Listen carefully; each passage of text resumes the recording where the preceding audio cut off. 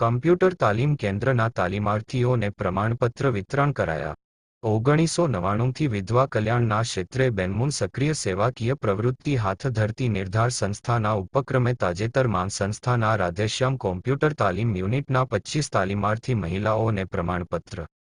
યુવાન વયે વૈધવ્યનો ભોગ બનેલા 5 વિધવા મહિલાઓને ચેક વિતરણ તથા નવા તાલીમાર્થીને આવકાર કાર્યક્રમ સુરેન્દ્રનગર જિલ્લા શિક્ષણ અધિકારી શ્રી અરવિંદભાઈ ઓઝાના પ્રમુખ સ્થાને સંસ્થા પરિસર ખાતે યોજાયો હતો. જેનું દીપ્રગટ્ય જાણીતા ગાયનેક શ્રી ડોક્ટર અલ્પેશ ગોહિલના વરદ હસ્તે કરાયેલા પ્રસંગે સર્વશ્રી ડોક્ટર મનોજ રાવલ, ડોક્ટર બળવંત વ્યાસ, ભરત દેવૈયા, રાજેશ ધોળકિયા, જ્યોત્સનાબેન દેવૈયા, રક્ષા દવે ઉપસ્થિત રહ્યા હતા.